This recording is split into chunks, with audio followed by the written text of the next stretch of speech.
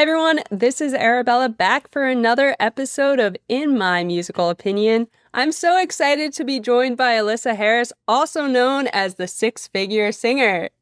So, Hey. I was just asking Alyssa to fill me in on all that's been going on since we were in a teacher training course together. And Alyssa, if you don't mind, I'm going to ask it again so that we Yeah, get it on recording this time. sure. Fill me in, fill us in. Tell us a little bit about who you are and what you do. Yes, happy to. Thank you again for having me on. I really appreciate it. Yeah, so I'm a vocalist. I'm based here in Austin, but I travel all over, do a lot of different types of performances. I write music, record music, and also play in a lot of cover bands. I do tribute shows, et cetera, et cetera. When Arabella and I met, we were learning voice teacher training. We did a certification program together, and that's where my vocal coaching, the tenet of my business, that's vocal coaching. That's where that came in. I love teaching. That said, I love to, take on new students and voice students, people that are learning, just at different levels of voice coaching. But recently, over the years, I've developed my voice training into more of career coaching because I was getting a lot of singers that were looking to me for advice on gigging and on how to just different experiences in the field. Working as a professional musician, as a professional performer, there's sort of a gap in education for that. It's not quite voice coaching, but it's also, it's sort of like talent development a little bit and how to get different types of jobs in entertainment. So that's sort of where the Six Figure Singer comes in. It's coaching for those that want to sing and perform professionally and earn money doing it. That's awesome. And as you were saying, there's such a gap there, I think, for artists. And you filling that is, I think, is such a service to others. So thank you Yeah. for that. Of Um, course. Yeah. Part of the reason I wanted to reach out is similar to yourself. I saw a gap, and more so actually from our teachers than from our students. We have a monthly teacher training, and one thing that kept coming up is the seasonality piece of our business and Mhm. how even when you can work for a studio where it is a little bit more constant, the reality is you, as a singer, you can, not necessarily as you speak to, Mhm. be Right. dependent on the season, on the types of gigs that are coming in. And so we launched a month-long program called Pitch for Profit. And Wow. we say Pitch for Profit is the alternative to the starving artist philosophy. And we brought in an accountant to talk about budgeting. We opened it up to our students. We've been talking about it on the podcast. So when I was sort of reflecting on your work, I thought, well, what a great addition to this theme that we have going on. Yes. So thank you again for joining us. Of course, of course. And as that's definitely something, as artists and also as teachers, we have to always kind of have our ear to what's going on and what people need. And Right. so I think it's great. We're both on top of that, which is good. Yeah, and so I would ask you something I struggled with is getting past the awkwardness of talking Mm, about something like this because I really believe in financial literacy and really being transparent about yes, it's can be hard to make money as an artist, but it's not doable. And it's a conversation I believe in having, but it can be really awkward when we talk about pay transparency, when you talk about not taking work just for experience sake. mhm. So, how do you get past that? You have some great online content about it too. So, I encourage our listeners to go watch that. Thank you. Yeah, I believe in kind of tearing down the veil or like the mystery that exists when it comes to being a performer, being like an artist. There seems to be this huge unknown because there's the common thought process of like, okay, so if you're a singer, that must mean, and if you're a professional singer and you're making money to sing, that must mean you're famous. That must mean you're a chart topping artist, et cetera, et cetera. And I kind of just want to dismantle that thought of like there's only two ways to be, as you said, a starving artist. So it's you're either this artist that in people's mind that's the picture of success, or you're starving, you're not making any money, you're on the street like busking for change, which is also fine. Both are great, but I think there's really not a common narrative that there is like a middle ground, right? And that Right. there are so many jobs in between for artists and for singers that you can earn money, that you can earn a salary, and sort of like revisiting and like reanalyzing how we look at professional performing. Totally. And one thing that I came across as I was first getting started, and I think this is a common experience for artists always, but also right out of college, Mhm. is learning this stuff and a lot of the material being like how to make seven figures or how to be like a millionaire singing. And Yeah. you're like, wait, I'm just trying to get my next gig here. Like, Yeah. like, Yeah, and I'm so glad you said that, because that's the gap that I'm talking about, right? Is that there are things like voice coaching, there's school, there are ways that you can develop your talent as a singer, let's say. So you can take all the classes in the world to develop your voice. And then so there's that, and then there's getting a job as a singer. But how do we address the middle section of like, how do we do that? How do we make ourselves marketable? How do we make ourselves marketable, but just also valuable, and just making our skills the best that they can be in order to do those jobs, right? Because they teach you how to do the job, but they don't teach you like how to get the job, right? And like that, no. all those in between steps, the networking, the marketing, just there's so much in between that's just not getting talked about. So, like you said, it's easy to gloss over it, and you see all these get rich quick schemes, and it's like, no, there's a lot of steps in between there. Yes, I think to sort of build on that in total agreement with you, it's funny because the first ever, and this isn't my accountant now. My accountant now is great. We just did a seminar with him, so shout out to Oh, him. But nice. um, I met with someone and he said, "Well, what are you going to invest in? What are you going to put away?" And I was like, "Put away? What is there to Right. put away right now?" I So we've know, come a that's the long way. challenge. Yeah. So, I just have to say I appreciate all the work that you've done in the middle ground and the conversations about it. How how do you approach that conversation day one with someone? Yeah, so typically I just like to talk about people's goals, because everybody, and that's another misconception, is that everyone's goals are the same. Mhm.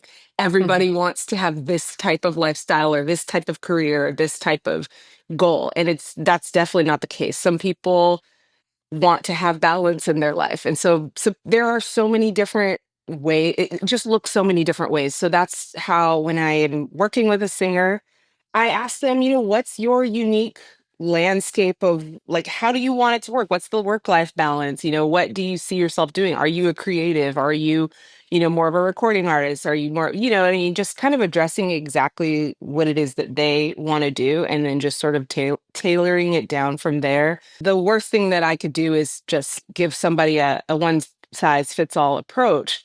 I don't believe in that, because there's just, we've seen there's just so many different combinations, so many roads and paths to take. So I try to get an idea of sort of what they want, and then go from there. Right. And I was recently watching one of your posts about how you haven't had to really step outside of the music world. Sometimes we talk about having multiple revenue streams, which Mhm. you do, but you were saying, hey, I have multiple revenue streams, but they're all in this bucket, right? They're all in this industry and world. There's sort of a misconception where you have to have two occupations to make this work. Sure. I think a lot of people, or, in general, right? Times are tough. Okay. Everybody has we have to diversify. That's in any industry. It's smart to know skills, or just do different things. But within music, there are so many endless options of, just ways to be a singer. And I like to encourage people to look to to look to different ways to diversify, but also to make themselves just adaptable, because Mhm. everything's always changing, right? Technology's always changing, the landscape's always changing. So, um, within singing, there's so many different things you can do, right? There's voiceover, there's teaching, there's special events, it's just the list goes on and on. So part of my mission, you could say, or part of my goal is to just kind of raise awareness about the the multiple different options there are out there.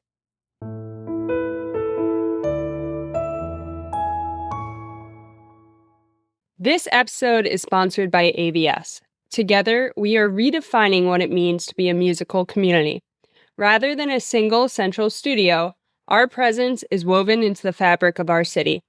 You'll find us in boutique practice rooms strategically placed at the heart of the action from Rock City Alston to across from the Symphony in Back Bay.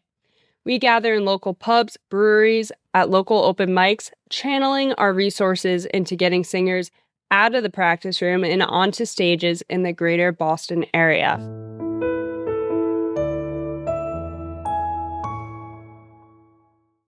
Right. And so I guess that brings me to a question of how did you start to learn all of this stuff? Was it sort of trial and error as you experienced being a performer, or was it like certain resources you turned to?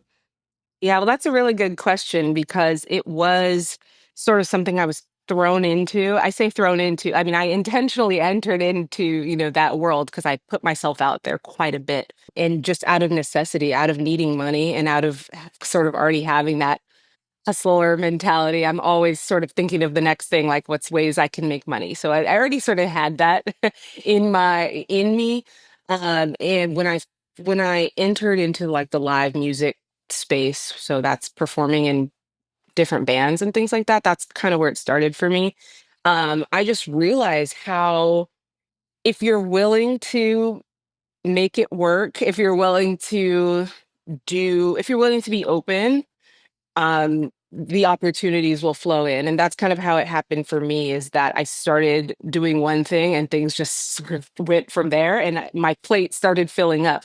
And I realized after I want to say 2022 and 2023, when I did back and did my taxes, speaking of, the accountant, when I went back and did my taxes and as a self-employed individual, I've got like 8 or 9 different, 1099s, right? And I'm like, "Oh my god, like, what did I do this year that I earned my yearly income?"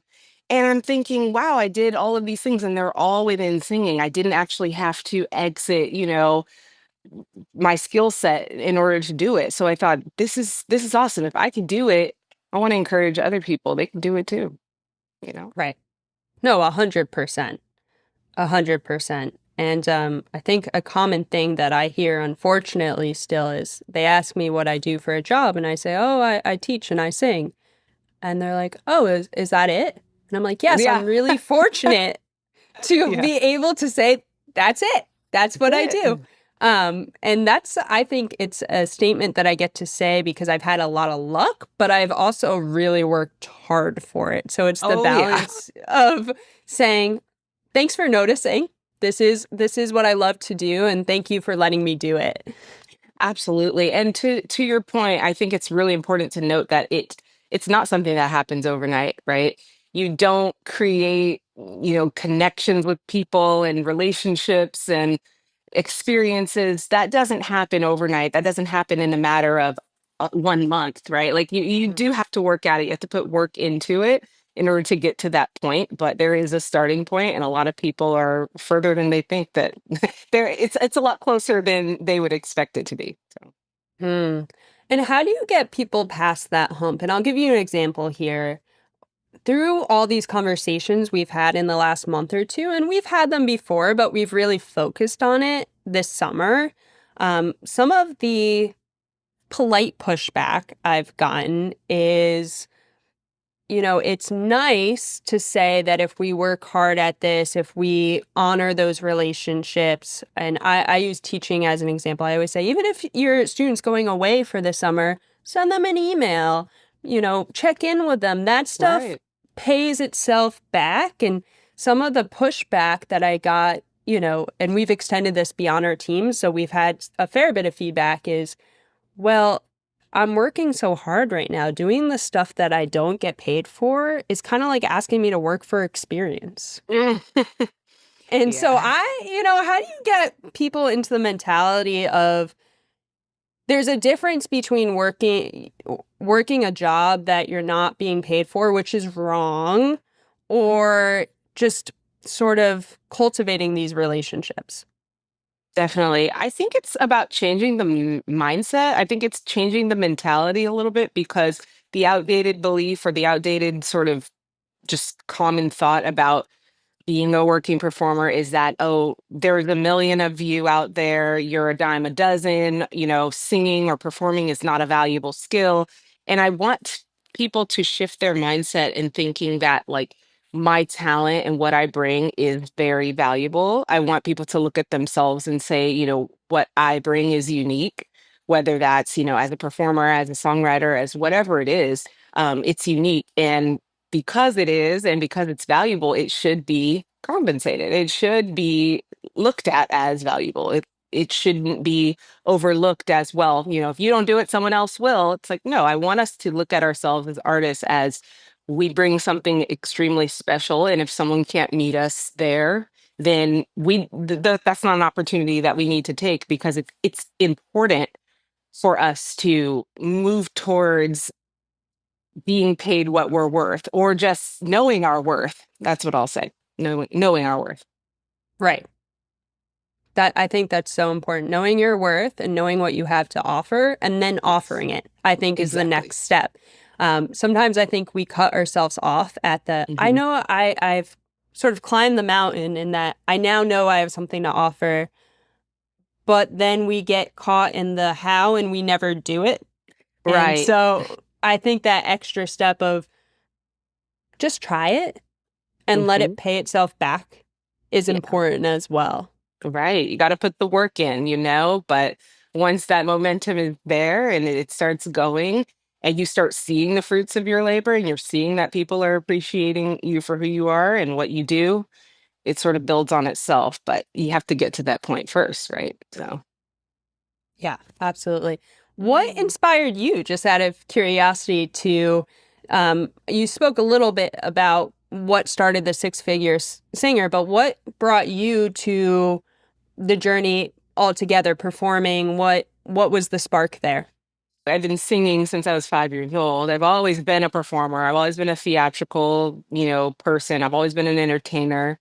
And I always knew that I wanted to do something within music, within teaching, whatever it was, but it was going to be something in the arts, right?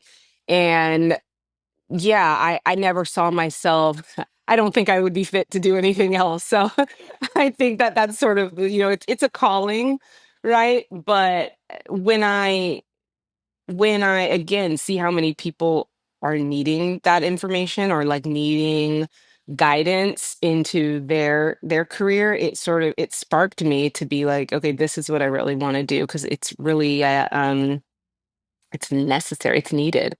Yeah, as far as like performing and things like that, yeah, I'll always be a performer, I'll always be an artist.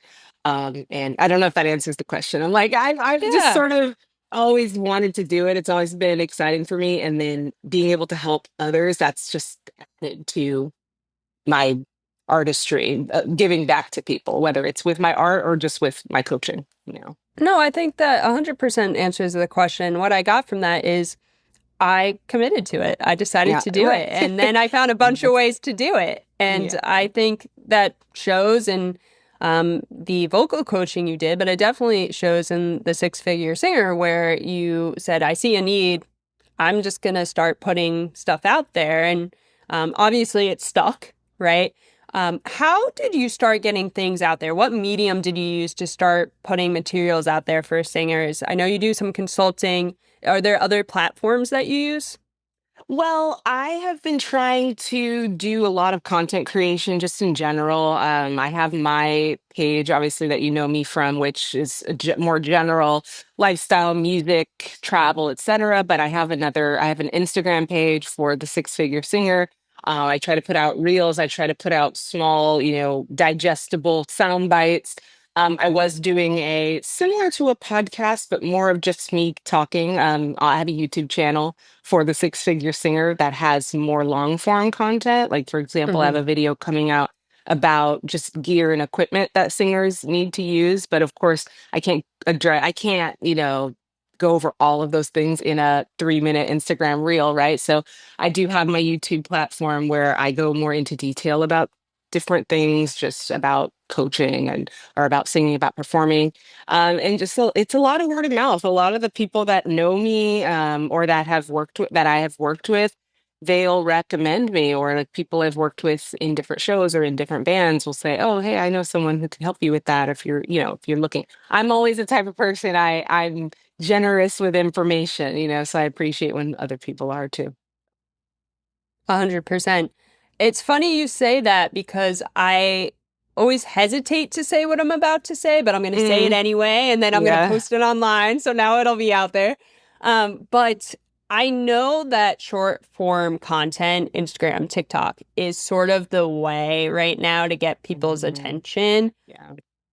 But I do feel like if this is something you're interested in, and when I say this, I mean financial literacy, I mean starting in the beginning and then reaching that middle ground and going deep on it, looking at your stuff where it's like, okay, what equipment do I need? Where do I rent space? Like this, the hustler mentality stuff.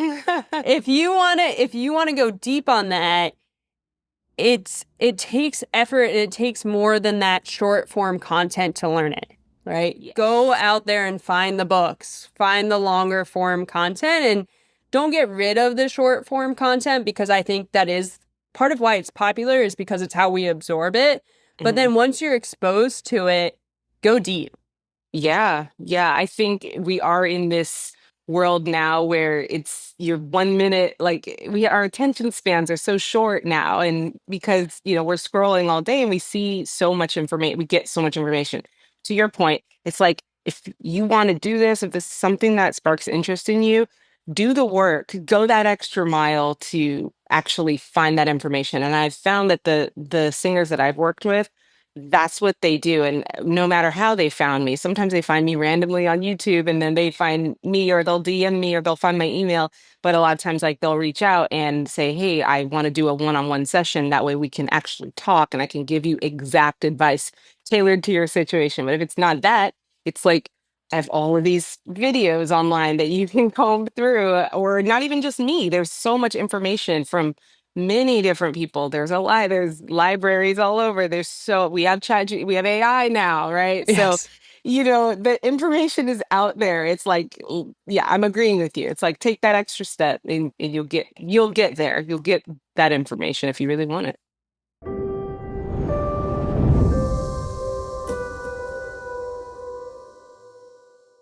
This episode is sponsored by Piano for the Vocalist. Piano for the Vocalist is your ultimate resource for unlocking the skills to self accompany with confidence. This largely free program is focused on teaching singers to use collaborative piano techniques for vocal performance rather than traditional piano skills, empowering you to accompany yourself with ease.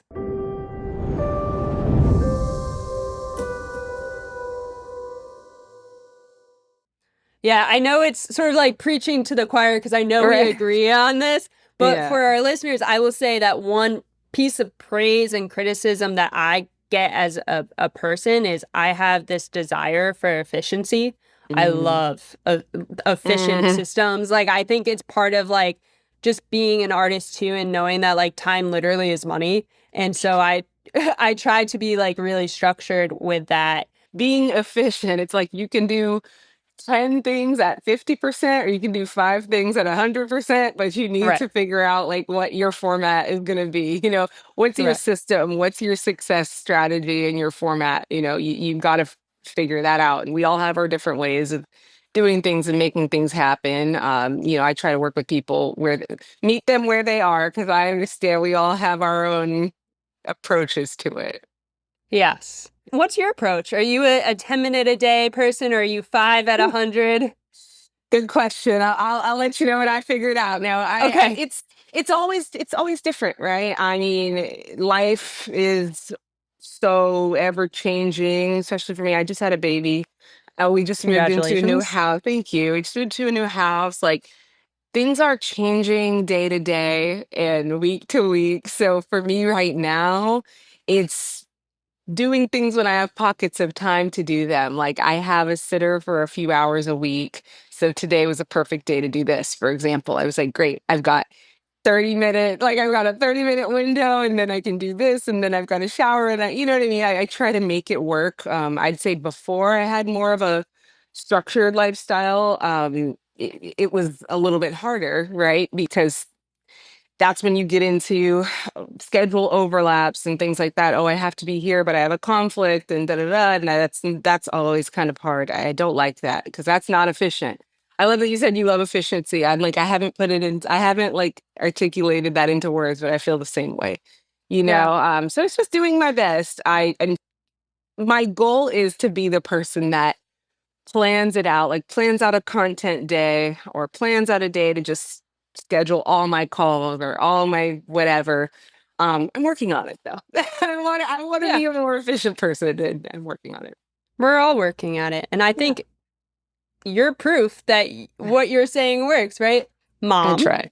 artist, consulting, right? Hmm. So you can clearly do it all. It's just about finding your system. Definitely. It's finding that sweet spot. And once you're in that rhythm, that's when it becomes doable. I don't want to say easy, but that's when it becomes doable is when you're in a rhythm and you're in a routine. The routines are what make the world go round.